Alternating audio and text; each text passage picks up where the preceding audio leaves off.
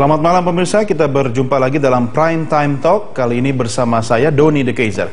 Pemirsa, Menteri Kelautan dan Perikanan Susi Pujiastuti beberapa hari lalu mengancam mundur dari jabatannya. Susi mengancam mundur setelah muncul wacana investasi asing akan kembali diizinkan masuk ke sektor perikanan tangkap. Wacana memberi izin bagi investor asing itu mencuat lewat Menko Kemaritiman Luhut Binsar Panjaitan. Menurut Menko Luhut, investor asing bisa diberi kesempatan mengelola perikanan secara patungan atau joint venture. Memang pemirsa, berdasarkan Peraturan Presiden Nomor 44 Tahun 2016, investor asing sudah dilarang masuk ke usaha perikanan tangkap. Pihak asing hanya diizinkan terlibat di sektor hilir seperti galangan kapal, pengolahan ikan, dan cold storage. Sementara menurut Susi Pujiastuti, jika investor dan kapal-kapal asing kembali diizinkan menangkap ikan, maka itu sama dengan jadi kerugian bagi nelayan dan bangsa Indonesia. Pemirsa, semua persoalan ini akan kita bahas dan kita diskusikan dalam dialog kita dengan tema Beda Jalan Luhut Susi. Telah hadir saat ini di studio Guru Besar IPB dan mantan Menteri Kelautan dan Perikanan Republik Indonesia, Rohmin Dahuri. Prof, apa kabar Prof? Alhamdulillah, baik-baik. Sehat ya Prof ya? Alhamdulillah. Lama tidak berjumpa. Nah, ini kalau bicara tentang kelautan dan perikanan, Anda ahlinya, tapi seharusnya memang yang bisa menjawab judul kita ya Bu Susi sama Pak Luhut ya Prof ya. Baik Prof, saya juga akan mengajak Anda pemirsa nanti bisa mengajukan pertanyaan atau memberikan pernyataan dalam dialog interaktif kita kali ini dengan menghubungi nomor telepon sebagaimana tertayang di layar televisi Anda saat ini. Ya pemirsa, sebelum kita mulai diskusi kita, saya akan sampaikan informasi berikut ini, yaitu Menteri Kelautan dan Perikanan Susi Pujiastuti mengancam akan mundur jika wacana investor asing benar-benar diizinkan masuk ke sektor perikanan tangkap. Hadirnya investor dan kapal-kapal asing dikhawatirkan akan membuat nelayan lokal menjadi terpuruk. Menteri Susi menegaskan siap mundur dari jabatannya jika perikanan tangkap sampai diberikan ke asing. Menurut Susi, proses reformasi di sektor perikanan harus dijalankan secara disiplin dan berkesinambungan. Ancaman mundurnya Susi tidak lepas dari wacana melibatkan lagi investor asing ke sektor perikanan tangkap. Menko Kemaritiman Luhut Panjaitan mengindikasikan investor asing bisa kembali dilibatkan dengan mengubah daftar negatif investasi yang memberi ruang kerjasama patungan dengan pengusaha lokal. Baik, Prof, komentar Anda, Prof, terkait pro kontra ini. Iya, supaya adil, objektif, dan benar ya, di dalam menilai kebijakan mana yang benar dan mana yang salah, harus pakai landasan atau dasar. Ya. Dan kalau kita mau tentram, maju, berbangsa dan bernegara ini dalam sektor perikanan dan kelautan, dua landasan yang harus kita gunakan adalah satu, mengenai pembangunan perikanan berkelanjutan. Yang kedua adalah tugas fungsi pokok dari Kementerian Kelautan Perikanan itu sendiri. Nah, sepanjang yang saya tahu bahwa yang dimaksud dengan pembangunan perikanan berkelanjutan atau sustainable fisheries itu ada 3 dimensi itu. Bagaimana supaya ekonomi kita ada tumbuh, lapangan pekerjaan dan seterusnya. Yang kedua ada pemerataan pendapatan, karena kita nggak mau seperti terjadi sekarang gitu ya. Selama ini bukan sekarang gitu ya. Artinya orang yang kaya itu menguasai 53% Indonesia, yang miskin banyak itu. Koefisien Gini kita 0,42 sudah ya. Kemudian yang ketiga tentunya pilar environmental sustainability. Itulah dimaksud dengan perikanan berkelanjutan. Jadi tidak berat sebelah, lingkungan saja atau ekonomi saja atau sosial saja. Tiga-tiganya harus kita rengkuh secara seimbang. Yang kedua adalah tugas dan fungsi pokok daripada Kementerian Kelautan Perikanan. Tugasnya yang pertama adalah menyelesaikan masalah internal sektor itu, dan yang kedua adalah membantu sektor ini terhadap permasalahan bangsa. Dan masalah kelautan perikanan selain illegal fishing ya, itu yang utama lagi kan kesejahteraan nelayan. Mayoritas nelayan kita masih miskin. Kemudian kalau masalah bangsa adalah pengangguran. Pengangguran kita kalau yang terbuka sekitar 7,5 juta, yang semi terbuka 35 juta, 40-an juta rakyat kita nganggur gitu ya. Yang miskin kalau menurut BPS itu sekitar 30 jutaan atau 11%, itu pun kalau garis kemiskinannya dari BPS yang hanya 350.000 per bulan per orang itu. Kalau garis kemiskinan Bank Dunia yang sekitar 800-an ribu rupiah lebih, itu yang miskin 117 juta gitu. Nah, jadi kalau ada kebijakan dari pemerintah atau sektor manapun yang justru menciptakan pengangguran, pertumbuhan ekonomi menjadi terpangkas, ekspor menjadi menurun gitu ya, itu kurang tepat gitu ya. Nah, atas dasar kriteria atau dasar pemikiran itu, maka wacana yang sekarang lagi mencuat antara Pak Luhut dengan Ibu Susi sebenarnya bisa cari titik temunya. Ada jalan tengah. Ada jalan tengahnya. Pertama, saya sangat mendukung policy dari Presiden Jokowi bahwa untuk pengamanan wilayah NKRI kita ini dari kegenitan negara tetangga gitu kan, kapal ikan Cina nyelonong ke kita, Vietnam dan seterusnya, itu harus digunakan pendekatan terpadu antara pendekatan Hankam atau security dengan pendekatan prosperity atau ekonomi.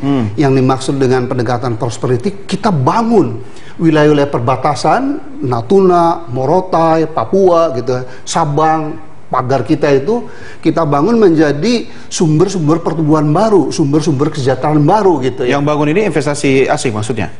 Kalau investasi dalam negeri atau pengusaha nasional itu ada diprioritaskan. Jadi ada dan mau ya. Kadang-kadang orang tidak tertarik begitu kan? Ada, mau dan punya kapasitas. Gitu. Tapi kalau saya ingin kembali fokus ke Natuna, jadi memang harus kombinasi ya, ekonomi itu 4 minimal tuh.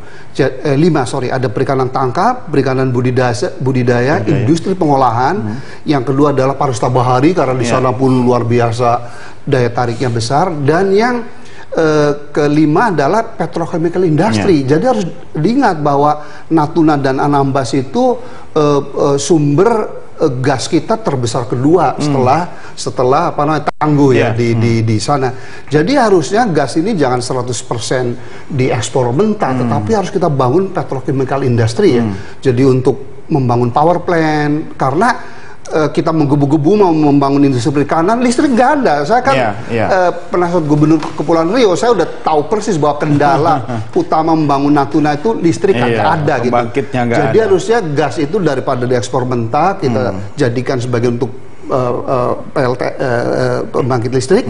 Yang kedua untuk membangun industri pupuk di situ, yang ketiga untuk membangun industri polietilen ya, kemudian tekstil ya, seperti Qatar, kemudian Uni Emirat kan begitu. Ya, artinya Prof, Anda setuju kalau ada ruang bagi investasi asing untuk ikut berperan pembangunan sektor perikanan, termasuk perikanan tangkap. Nah, persoalannya setujunya ini batasannya seperti apa? Jangan sampai nanti malah mematikan khususnya nelayan kita ini. Nah, saya maksud jalan tengah begini, sesungguhnya nggak perlu menginvite investor asing, ya kan?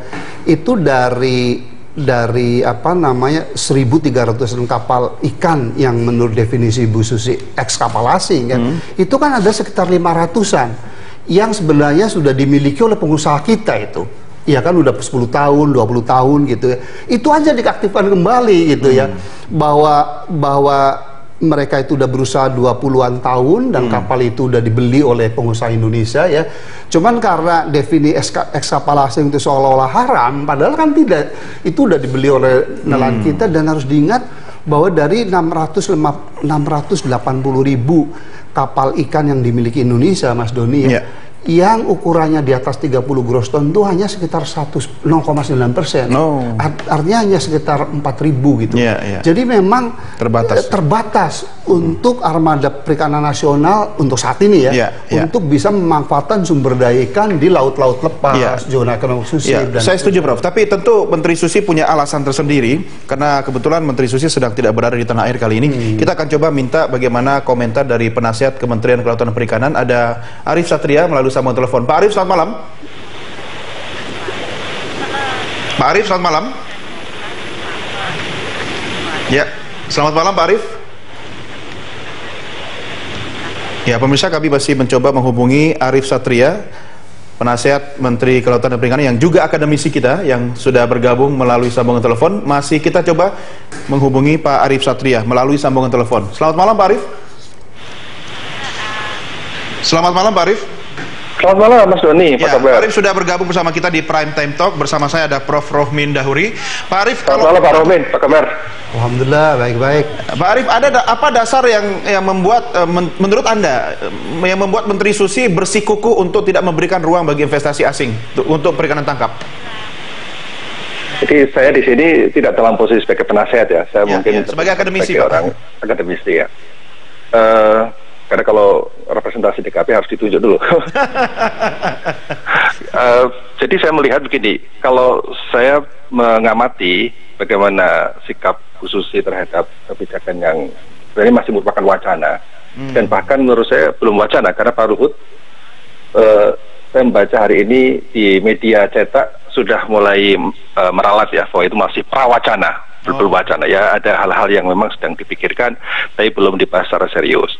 Nah, kalau saya melihat dari apa yang selama ini sudah dilakukan oleh Bu Susi selama 2 tahun ini, nampak beliau nampaknya sudah merasa bahwa apa yang sudah dilakukan dalam rangka untuk menegakkan kedaulatan serta menciptakan tata kelola perikanan yang baik ini sudah lebih dari 50% lah ya.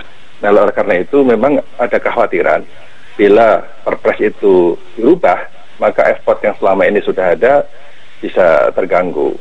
Dan sebenarnya kan kita sepakat juga dengan Pak Rohmin bahwa prinsip-prinsip pembangunan berkelanjutan, perikanan berkelanjutan itulah yang harus kita dorong, yaitu dengan menciptakan keberlanjutan secara ekologis, kemudian secara sosial, dan juga secara ekonomi.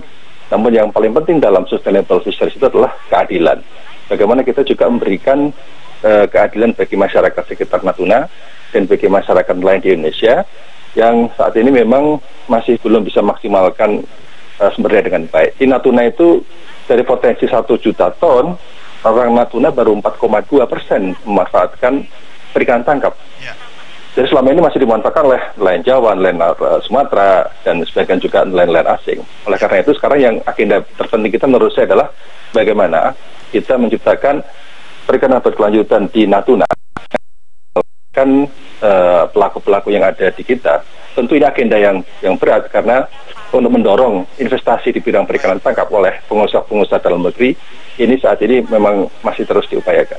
Ya, Pak Arif, ini kan baru prawacana kalau saya mengutip statement Anda tadi. Artinya kalaupun ini prawacana, tapi kalau sudah sampai jadi wacana, ini kan wacana yang sangat sensitif. Karena kalau kita bicara tentang perikanan, kita bicara soal kedaulatan bangsa di laut, begitu kan? Nah, kenapa sampai ini bisa bergulir ide atau prawacana soal perikanan tangkap ini dibuka untuk investor asing? Ya, saya belum tahu persis apa argumentasi kalau itu benar-benar merupakan wacana yang sudah disampaikan oleh Pak Luhut ya, karena saya belum pernah ketemu Pak Luhut langsung untuk mendiskusikan masalah ini. Tapi yang saya hanya bisa melihat dari media, saya hanya melihat dari media online, dan juga saya bertemu dengan staf khusus Pak Luhut yang beliau mengatakan bahwa ini masih jauh sekali dari wacana, hanya pemikiran-pemikiran spontan yang saya kira juga Pak Luhut punya cita-cita yang mulia. Yang penting kan ada upaya untuk memajukan perikanan Indonesia menjadi kekuatan yang luar biasa di Natuna ini. Jadi sebenarnya kan saya melihat semua punya semangat yang sama. Semangatnya adalah memajukan perikanan Indonesia. Nah, ini hanya soal cara ya, soal pendekatan yang saya kira ya wajar, setiap orang kan punya cara sendiri-sendiri dalam melihat persoalannya. Ya, tapi kalau kita melihat perpresnya sendiri, apakah menurut Anda Pak Arif, perpres ini sudah cukup mengakomodir keinginan, kebutuhan paling tidak melindungi nelayan lokal kita? Ya, saya kira kalau perpresnya semangatnya semangat yang sangat populis, semangat yang berusaha untuk melindungi rakyat kita, dan itu memang sesuai dengan janji Pak Jokowi sendiri kan. Pak Jokowi kan punya janji bagaimana untuk bisa menjadikan nelayan menjadi tuan rumah di laut sendiri. Itu saya kira janji kampanye yang sangat serius, dan itu merupakan bentuk political action yang apa yang dilakukan Pak Jokowi sekarang ini bukan lagi political will. Betul. Saya kira political will juga belum cukup. Ya? Harus dilanjut dengan political action. Nah, ini salah satu action Pak Arif untuk melindungi kepentingan orang Indonesia atau nelayan lokal kita, yaitu membatasi akses atau investasi asing masuk ke dalam negeri, begitu kan? Iya. Berarti jangan sampai ada perubahan perpres, begitu? Gimana Pak? Berarti Anda lebih cenderung setuju jangan sampai ada perubahan perpres begitu? Iya, saya kira begitu. Artinya kita lihat kondisi sekarang ini tata kelola ditata dulu dengan baik, sistem pengawasan, sistem pengelolaan dilakukan dengan sebaik-baiknya. Nah, kemudian baru kita memikirkan lebih jauh tentang bagaimana memajukan perikanan. Ini kan prasyarat bagi kita untuk mengelola perikanan itu kan tata kelola. Jadi kalau hasil riset di berbagai jurnal yang saya baca, memang tata kelola itu berkorelasi positif dengan tingkat illegal fishing. Illegal fishing banyak terjadi di negara-negara yang memiliki tata kelola yang rendah. Ya. Jadi tata kelola yang rendah itu bisa membuka adanya praktek-praktek illegal fishing karena negara tidak punya instrumen yang memadai, tidak mempunyai instrumen yang kuat untuk bisa mengendalikan, untuk mengontrol, untuk mengawasi dan lain sebagainya. Jadi oleh karena itu upaya kita bersama untuk bisa membangun tata kelola yang baik ini harus kita perkuat. Sehingga praktek-praktek yang selama ini kita anggap sebagai ancaman, moga-moga bisa benar-benar kita atasi. Baik Pak Arief, tetap bersama kami, kita akan lanjutkan di segmen berikutnya. Pemirsa, kami segera kembali sesaat lagi.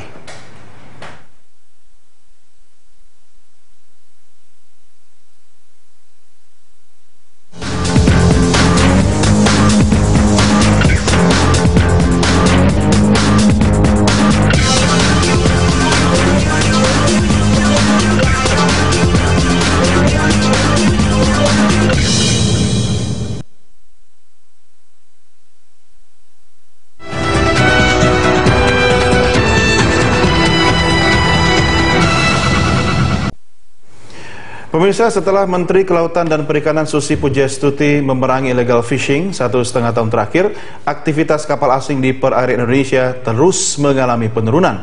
Dan kita akan mengetahui bagaimana kebijakan larangan kapal dan investor asing di bidang perikanan tangkap ini. Langsung kita berhubung dengan rekan saya Ahmad Purwodi dari Grand Studio yang akan menyampaikan ulasan dan analisanya. Silakan Dodi. Baik, terima kasih Doni dan pemirsa, kita awali dengan mengkaji dulu dasar hukumnya ya. Ya, ini dia, pemirsa, dasar hukumnya adalah Peraturan Presiden Nomor 44 Tahun 2016 tentang perikanan tangkap yang menetapkan perikanan tangkap masuk daftar tertutup untuk investor asing. Investor asing hanya diizinkan di sektor hilir ya. Sektor hilir ini misalnya seperti cold storage, galangan kapal dan sebagainya. Memang kalau perikanan tangkap begitu dengan menggunakan kapal penangkap ikan baik di perairan Indonesia ataupun di laut lepas itu mensyaratkan modal dalam negeri sebanyak 100%. Jadi memang full begitu ya, penuh modalnya harus dari dalam negeri. Dan kemudian juga kalau mau nangkap ikan di Indonesia itu harus dengan izin khusus dari Kementerian Kelautan dan Perikanan terkait dengan alokasi sumber daya ikannya dan juga titik koordinat daerah penangkapan ikannya. Itu semuanya harus dibicarakan dulu dengan Kementerian Kelautan dan Perikanan. Selanjutnya kita lihat tujuan Perpresnya. Tujuan Perpres 44 tahun 2016 yang pertama adalah menyelamatkan kekayaan ikan di perairan Indonesia. Kemudian melindungi nelayan Indonesia agar bisa bersaing dan meningkatkan pendapatan dari sektor perikanan dan kelautan. Memang ketika Perpres 44 tahun 2016 ini pertama keluar pada Mei 2016 yang lalu, itu sesuai dan juga mencerminkan visi dan juga keinginan dari Presiden Joko Widodo untuk menjadikan laut sebagai tumpuan, sebagai harapan bagi masa depan Indonesia. Oke, sekarang kita lihat seperti apa dampak kapal asing kalau beroperasi di Indonesia. Ada beberapa datanya. Kita lihat data dari Badan Pusat Statistik atau BPS tahun 2015 menyebutkan jumlah nelayan tradisional merosot angkanya dari 1,6 juta menjadi 864 ribu rumah tangga sepanjang 10 tahun terakhir. Jadi dari 2005 sampai 2015 ada penurunan setengahnya dari 1,6 juta ke 864 ribu nelayan. Kemudian dampak lainnya, 11 zona perikanan Indonesia mengalami overfishing. Kemudian 115 eksportir mengalami kebangkrutan antara tahun 2014-2015. Dan maraknya illegal fishing, transshipment, dan penyelundupan. Kita perlu lihat juga dampak positif dari Perpres 44 tahun 2016 yang membuat Indonesia masuk 10 besar produsen cakalang dunia. Kemudian ekspor tuna Indonesia ke Jepang meningkat, illegal fishing, transshipment, dan penyelundupan juga turun. Karena memang pemirsa Perpres 44 tahun 2016 ini memperkuat upaya-upaya yang telah dilakukan sebelumnya. Jadi memang sebelum Perpres 44 2016 ini keluar Mei lalu, segala upaya sudah dilakukan oleh pemerintah khususnya dari Kementerian Kelautan dan Perikanan. Di antaranya adalah menenggelamkan kapal-kapal asing yang ilegal, kemudian juga mencegah transshipment, kemudian melakukan moratorium eks kapal asing dan bahkan memberantas illegal fishing yang terjadi di perairan Indonesia. Seperti apa sih rencana Menko Kemaritiman yang baru, Luhut Binsar Panjaitan? Ini dia, yang pertama adalah investor asing akan diberi kesempatan mengelola perikanan Natuna yang potensi ikan lestarinya mencapai 1,14 juta ton per tahun. Nah, sudah bisa dihitung ya, potensi ikan lestarinya mencapai 1,14 juta ton per tahun. Maka dari itu, pemerintah nanti akan mengkaji, mengkalkulasi atau menghitung begitu kapasitas kapal dalam negeri, begitu apakah sanggup untuk mengelola perikanan tangkap di Laut Natuna. Kalau memang ternyata kapasitas kapal lokal itu tidak mampu untuk menggarap potensi perikanan di Laut Natuna secara maksimal, maka dipikirkan investor asing nanti bisa masuk ke sektor perikanan tangkap. Kemudian yang kedua adalah Menko Kemaritiman berharap aturan DNI atau daftar negatif investasi diperbarui. Selanjutnya ada 2 poin pokok lagi, keran investasi bagi asing itu tidak harus dibuka lebar dengan kepemilikan dominan, tetapi bisa juga dalam bentuk usaha patungan atau joint venture. Dan ide merevisi Perpres nomor 44 tahun 2016 ini karena tadi Perpres ini tidak membolehkan adanya investasi asing ya, hanya boleh di sektor hilir saja, tidak mungkin direalisasikan dalam waktu singkat dan harus melalui kajian yang mendalam. Ya, kurang lebih itu Doni data yang kami miliki. Silakan kembali ke Anda di studio. Baik, terima kasih Dodi atas analisa dan data yang disampaikan tadi. Terima kasih dan kita lanjutkan diskusi kita. Prof, ini ternyata persoalan di bidang kelautan perikanan cukup kompleks begitu ya. Dan ada angka yang cukup menyita perhatian saya tadi, jumlah nelayan tradisional kita mengalami kemerosotan. Ya, kalau statistik menyebutkan angkanya sebenarnya berkurang cukup signifikan. Padahal lagu kita kan nenek moyangku, orang pelaut. Kita seharusnya sudah membuat rumah menghadap ke laut begitu kan, dengan segala potensinya yang ada di dalam laut itu sendiri. Mampukah kebijakan yang ada, regulasi yang ada dibuat oleh pemerintah sekarang ini bisa mengawal paling tidak angka-angka statistik tadi itu tidak terus tergerus, Prof? Iya, pertama gini ya Pak ya, dalam membangun sektor pemerintah atau negara tuh di seluruh dunia harus ada yang namanya jangka pendek dan jangka panjang gitu ya. Nah, antara jangka pendek dan jangka panjang harusnya jangan saling mematikan gitu. Yeah. Nah, kalau jangka panjang bagus tuh bahwa dan sejak zaman saya juga semangatnya gitu, bahwa pada saat tertentu waktu itu target saya 2007 ya. Tidak ada lagi yang namanya kapal asing gitu ya untuk beroperasi di laut tercinta ini ya. Tetapi itu kan jangka panjang. Mari kita lihat existingnya kondisi sekarang gitu ya. Kondisi sekarang itu seperti saya ungkapkan tadi, faktanya bahwa dari 680.000 kapal ikan yang kita miliki itu, yang ukurannya itu di atas 30 gross ton, itu hanya sekitar 0,9% gitu. Itu yang berarti tidak mampu itu kapal-kapal kita tuh memanfaatkan sumber daya ikan di laut-laut Natuna, Sulawesi, zona eksklusif, dan wilayah perbatasan itu ya. Itu yang menurut hemat hijau saya sumber utama dari illegal fishing adalah karena laut kita itu belum dimakmurkan atau didaya gunakan oleh nelayan kita ya. Nah, oleh karena itu untuk menengahi antara Palut dan Ibu Susi pada hemat hijau saya dalam jangka pendek, karena kita menghadapi agresivitas dari Cina, Vietnam, Thailand gitu ya, harusnya adalah kita gunakan dua roda aja. Roda nelayan domestik, ada wacana misalnya gitu ya, untuk memindahkan nelayan pantura yang cantrang itu dilarang ya, karena memang sudah overfishing di pantura, kita pindahkan saja ke Natuna dan zona ekonomi eksklusif gitu ya. Tetapi itu baru sebagian kan, karena apa?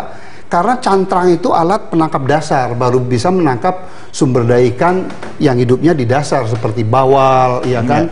Kemudian kakap, ya kan, kemudian ikan kue dan ikan senangin, ikan kuro. Natuna kan bukan hanya dasar, ikan pelagis atau ikan yang hidupnya di kolom air itu seperti kembung, tongkol, layang gitu ya, tenggiri itu banyak sekali. Nah, jadi harusnya dalam hal ini betul Pak Luhut kita hitung saja armada kapal yang mau kita pindahkan ke ke Natuna itu mencukupi nggak untuk mendayagunakan sumber daya perikanan secara optimal? Kalau menurut saya sih belum cukup, karena tadi baru ikan dasar. Betul. Nah, ikan permukaannya gimana? Kan harus dimanfaatkan juga kan? Sesuai dengan batas-batas kelestarian, yaitu 80% kali dengan potensi lestari tadi. Karena belum cukup, buka aja keran investasi asing, tapi joint venture bagaimana? Nah, kalau menurut saya, kalau saya lihat data dari KKP, dari Satgas Illegal Fishing dari Mas Ahmad Santosa, itu kan dari 1.300-an kapal katanya eks kapal asing itu kan ada sekitar 500-an kapal tuh yang sebenarnya sudah dimiliki oleh pengusaha kita gitu, eks kapal asing. Nah, tinggal itu dilegalisir saja karena itu udah dimiliki pengusaha kita, pengusaha nasional yang sudah punya pabrik itu ya, untuk diizinkan kembali ya untuk memanfaatkan itu daerah Natuna. Cuman yang ingin saya beri catatan ya. Artinya nggak usah investasi asing dulu kan? Yang ada dulu eks asing, tapi milik lokal, sudah milik lokal, diberdayakan. Diberdayakan. Nanti nggak perlu joint venture juga. Yaitu perhitungan berikutnya. Kalau menurut saya kalau untuk Natuna saja udah cukup. Sudah gitu cukup ya. Berapa kapal kira-kira menurut hitungan Anda, Prof, yang untuk menangani Natuna dari kapal eks asing ini? Dari sekitar 500-an gitu kan, dengan purseiner gitu ya. Kemudian tadi dengan apa namanya rawai tuna dan seterusnya itu udah cukup gitu ya. Nah, jadi harusnya udah cukup gitu. Cuman kalau saya mencoba membaca pikiran Pak Luhut, ini wilayah perairan Indonesia kan bukan hanya Natuna pintunya, tetapi juga ada yang dengan Sulawesi sana, Bitung, Morotai dan seterusnya. Jadi kalau membangun poros maritim sesuai dengan visi dari Presiden Jokowi, itu membangun wilayah laut itu bukan hanya Natuna, tapi harusnya seluruh lingkar luar itu yang saya katakan dulu itu outer fishing port itu harus dibangun. Dan pesan saya jangan hanya membangun pelabuhannya, tapi industri terpadunya pun harus dibangun, karena kalau hanya pelabuhan stand alone hanya untuk tambat labu kapal bisa rugi itu ya. Jadi industri harus dibangun, dan kalau industri dibangun sekali lagi energi listrik itu di sana belum ada. Kalau belum ada pembangkit juga susah. Nah, jadi itu harus segera dibangun, baik itu dengan dari gas, kemudian dari solar energy ya, dari angin dan seterusnya. Ya, ini menarik. Tapi saya juga tadi ingat apa yang disampaikan oleh Pak Arief menyangkut tata kelola kan. Pak Arief masih bersambung bersama kami melalui telepon. Pak Arief, ini kalau soal tata kelola ini adalah faktor yang masih menjadi pekerjaan rumah besar bagi bangsa Indonesia. Nah, tata kelola ini kan termasuk di dalamnya instrumen, kemudian regulasi. Nah, saya ingin mengkritisi bagaimana dengan kapasitas atau kualitas SDM yang ada di dalamnya. Kalau regulasi sudah bagus tapi SDM-nya kurang optimal, ini juga jadi masalah dalam tata kelola. Komentar Anda? Ya, saya kira memang regulasi, kerangka aturan, dan kemudian kelembagaan itu harus diikuti dengan kemampuan SDM, sehingga kita harus petakan betul sejauh mana kemampuan SDM kita. Saya melihat potensi SDM kita ini kan luar biasa. Luar biasa apa nih, Pak? Paling tidak dilihat dari banyaknya demand terhadap ABK-ABK kita yang bekerja di kapal-kapal luar negeri. Di Jepang sebagai Kensusei misalnya, mereka selama 3 tahun harus bekerja dan magang, dan kemudian mereka punya skill yang luar biasa setelah 3 tahun bekerja dengan kapal-kapal Jepang, dan kemudian punya modal yang cukup besar, dan kemudian juga punya mental yang cukup kuat untuk menjadi nelayan tangguh karena dia sudah biasa beroperasi di high seas. Karena itu menurut saya ini kerangka regenerasi nelayan yang dulu juga pernah digagas oleh Pak Rohmin ya. Regenerasi nelayan itu merupakan satu langkah yang harus kita lakukan, yang salah satunya adalah melalui pendampingan dan pemberdayaan para ex-ABK kita di kapal-kapal di luar negeri.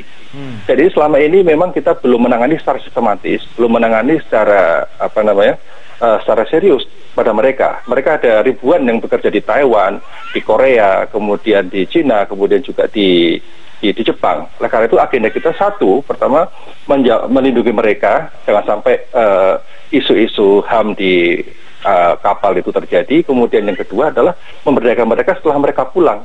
Bahkan sebelum berangkat pun mestinya sudah kita bekali bahwa Anda pulang diharapkan untuk menjadi pelaku-pelaku perikanan yang tangguh, dan kemudian negara harus sudah mampu menyiapkan berbagai fasilitas. Kalau 3.000, siapa ini tugas Kementerian Kelautan Perikanan atau siapa? Saya kira kombinasi antara Kementerian dan Kemenaker. Ini kerjasama Kementerian Kelautan dan Kemenaker ini harus kuat sekali dalam memberdayakan mereka. Dan kemudian bantuan-bantuan kapal 3.400 kapal yang sekarang ini digagas oleh pemerintah, itu sebagian bisa diarahkan untuk memberdayakan mereka. Aturan mainnya sudah ada? Selama ini saya kira belum. Mereka bantuan-bantuan masih berfokus pada nelayan-nelayan lokal. Nah, kalau kita bertemu pada nelayan-nelayan yang sudah secara empiris terbukti mampu untuk melakukan kegiatan perikanan tangkap di high sea, DZTE dan sebagainya, apalagi diakui oleh orang-orang armada asing, saya kira ini satu langkah terobosan yang harus segera kita lakukan dengan dengan serius. Ya, Pak Arief, tadi saya meminjam statementnya Prof. Rohmin ini soal kapal-kapal ex asing yang sebenarnya bisa kita berdayakan gitu kan. Kalau kita bicara dalam konteks Natuna paling tidak dan tempat-tempat lain misalnya ada kapal ex asing yang mungkin sudah dimiliki oleh orang Indonesia itu sendiri, paling tidak 500 lah kapal gitu yang bisa untuk kita berdayakan. Komentar Anda? Ya, saya kira pertama adalah kita harus melihat seperti Natuna sendiri.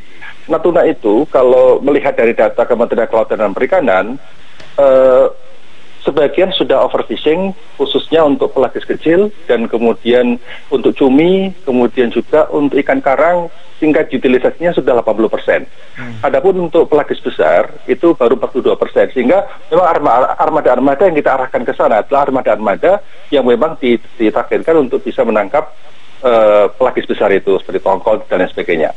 Nah, adapun soal kapal es asing, memang ini sesuatu yang sangat dilematis. Di satu sisi kita membutuhkan upaya untuk mendorong peningkatan kapasitas dalam perikanan tangkap, tapi di sisi lain memang ini masa pasca moratorium ini nampaknya pemerintah masih ada kekhawatiran terjadinya praktek-praktek yang kurang baik. Oleh karena itu menurut saya yang harus kita lakukan adalah jalan tengah terhadap kapal es asing itu. Salah satu opsi yang bisa kita lakukan adalah ya di high seas, di laut lepas. Di laut lepas itu kan kita terkait dengan RFMO, ada WJPFC, ada IOTC yang mereka punya perangkat regulasi yang sangat ketat sekali untuk mengontrol. Jadi itu saya kira salah satu opsi sekiranya itu akan bisa dilakukan oleh pemerintah setelah pemerintah mungkin memastikan bahwa kewajiban-kewajiban pasca audit ya dan pasca audit dan pasca kemarin moratorium ini kan dalam galak soal pajak, soal kewajiban-kewajiban lain itu bisa sudah dipenuhi. Saya kira menurut saya solusinya adalah seperti itu. Karena high seas saya kira masih terbuka untuk kita meskipun tidak terlalu banyak ya. Tapi kapal-kapal tersebut saya kira sangat mampu untuk bisa menangkap di sana. Dan kita tidak terlalu repot karena instrumen pengawasan internasional jauh lebih canggih daripada kita. Ya, baik. Baik, Pak Arief, terima kasih sudah bergabung bersama kami. Selamat beraktivitas kembali. Selamat malam, Pak Arief Satria. Dan Prof, saya akan minta komentarnya, tapi kita break dulu ya. Kita lanjutkan di segmen berikutnya. Pemirsa, kami segera kembali sesaat lagi.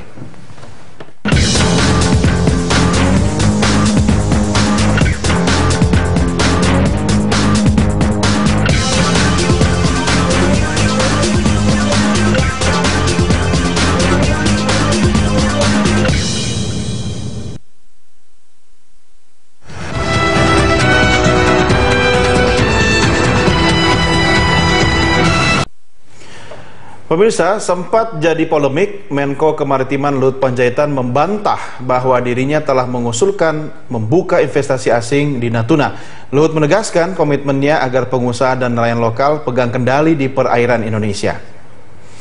Menurut Luhut Panjaitan, dirinya belum pernah mengusulkan wacana untuk mengembalikan investor asing ke sektor perikanan tangkap. Sejauh ini Kementerian Koordinator Kemaritiman memang sedang mengkaji dan belum memutuskan untuk mengusulkan revisi daftar negatif investasi. Luhut menegaskan tetap menghormati wewenang Menteri Susi Pujiastuti sebagai Menteri Kelautan dan Perikanan terkait rencana investasi asing di sektor perikanan tangkap. Karena itu, Luhut pun tidak mau diadu domba dalam isu ini, serta bertekad memilih jalan terbaik.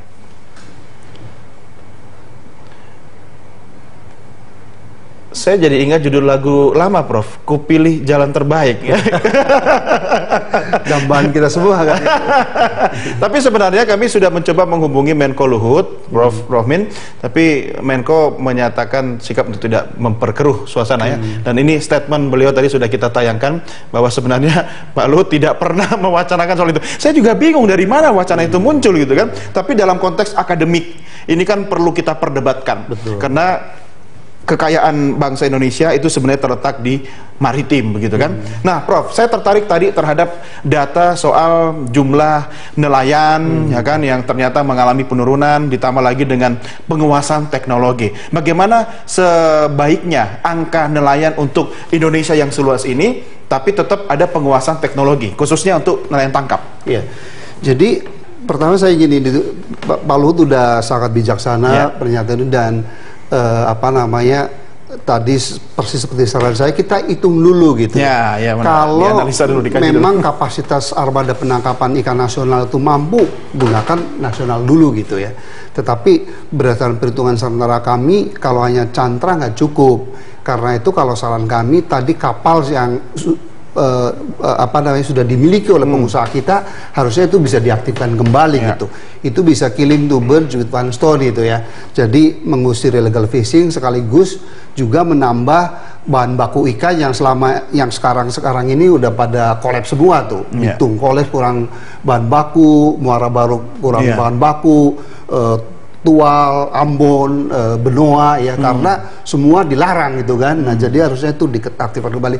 Kalau Kementerian Kelautan Perikanan curiga, BUMN aja beli kapal eksasing yang tadi masih dalam tentik abu-abu gitu ya. Nah, sementara terus PT PAL membangun dan seterusnya. Nah, ini juga aneh bin ajaib, dari 3.540 kapal yang rencananya mau dibantukan ya, itu justru terbalik menurut saya. Karena yang ukuran 30 gross ton itu hanya 40 gitu. Yang 3.000 itu ukuran 5 gross ton dan 10 gross ton. Padahal kita tahu kondisi perikanan tangkap sekarang itu yang sudah overfishing justru di laut-laut pinggiran seperti Pantura, perairan pantai gitu. Nah, kalau 3.000 kapal ini digelontorkan lagi, yang 5-10 gross ton yang notabene kemampuan tangkapnya itu hanya di pinggiran, kan sumber daya ikannya makin hancur nih. Sumber daya ikan akan hancur, hasil tangkap pun persatuan upaya akan turun, income lainnya akan turun. Jadi harusnya menurut hemat saya dari 3.540 kapal itu harusnya 75% justru kapal besar, supaya tadi bisa mendayagunakan ikan yang selama ini dicuri oleh Tapi teknologinya bagaimana? Teknologi kita ABK kita udah pada mampu gitu ya. Kemudian tadi kan ada soal Pak Arief menyatakan ini kan ABK yang asing gitu kan, maksudnya bekerja di luar negeri kemudian kembali tapi tidak diberdayakan, sementara kan kita butuh transfer knowledge, skillnya ini kan masih dibutuhkan dalam negeri. Jadi maksud Pak Arief itu kan banyak anak-anak muda kita kerja di luar negeri. Itu kenapa? Karena di kitanya nggak ada atau sedikit sekali perikanan tangkap modernnya gitu. Karena itu kalau KKP itu tadi rencana bantuan kapal tuh dibalik proporsinya, justru kapal modern yang diperbanyak gitu, mereka nggak akan keluar ya? Nggak akan keluar gitu. Dan sekaligus mengusir illegal fishing, sekaligus mengisi bahan baku yang lagi kosong setahun lebih ini gitu kan, karena polusi. Tapi Prof, kok kalau mendengar teknologi perikanan itu saya jadi was-was juga bagaimana dengan lingkungan, ya kan? Ini kan dampaknya terhadap lingkungan bagaimana? Jadi gini, terus terang saya sudah membuat perhitungan dengan simulasi komputer ya. Kalau saya targetnya ya, pendapatan nelayan yang minimal itu ABK itu 4 juta per orang per bulan. Itu dihitung dari $2 per orang per hari, berarti sebulan kan $60. Karena nelayan itu biasa menanggung dirinya 1 istri dan 3 anak, berarti kan 5, berarti $300 per bulan itu. Kalau dirupiahkan menjadi 4 juta. Jadi itulah definisi orang makmur itu, minimal segitu. Nah, berdasarkan hitungan kami, dengan jumlah stok ikan sekitar 7,3 juta ton per tahun, laut kita itu ya, kemudian income yang kita harapkan itu 4 juta, itu jumlah nelayan itu maksimum Mas harusnya sekitar 1,5 jutaan. 1,5 juta orang untuk seluruh Indonesia. Nah, kalau jumlahnya segitu, maka kita bisa modernisir itu. Penguasaan teknologi semua ya. Penguasaan teknologi. Jadi dengan kata lain, kalau mau mensejahterakan nelayan, kan hasil tangkapnya harus cukup besar kan, dan harga jualnya tinggi kan. Itulah berbicara kualitas nanti, penanganan ikan, cold storage dan seterusnya. 1,5 juta orang itu di sektor perikanan langsung, sisanya subsektor yang mendukung begitu. Kelebihan jumlah nelayan kan sekarang sekitar 2, sekian juta katanya. Kelebihannya itu secara bertahap dialih usahakan ke perikanan budidaya, baik di laut, di pantai, kemudian di industri pengolahan, ya, kemudian juga di industri hulu hilirnya kayak pabrik jaring dan seterusnya gitu.